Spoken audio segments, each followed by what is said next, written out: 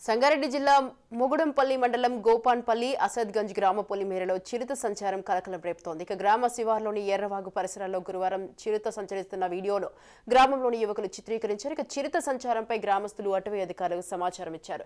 చిరుత సంచరించిన ప్రాంతాన్ని అటవీ section beat అధికారులు సందర్శించి పాదముద్రల కోసం వెతికారు. కానీ పొలాల్లో గడ్డి ఎక్కువగా ఉండటంతో పాదముద్రలు లభ్యం కాలేదు. వీడియోలో కనిపిస్తున్న చిరుత లేక గండుపిల్లిగా ఉన్న అధికారులు అనుమానిస్తున్నారు. ఇక గండుపిల్లిగా అధికారులు అనుమానిస్తున్నారు. చిరుత సంచారంతో పంట పొలాల్లో రైతులు జాగ్రత్తగా ఉండాలని సూచించారు. అడవిలోకి వెళ్లే ప్రతి ఒక్కరూ వెంట కర్రలతో వెళ్లి చప్పుడు చేస్తూ పనులు చేసుకోవాలని సూచించారు.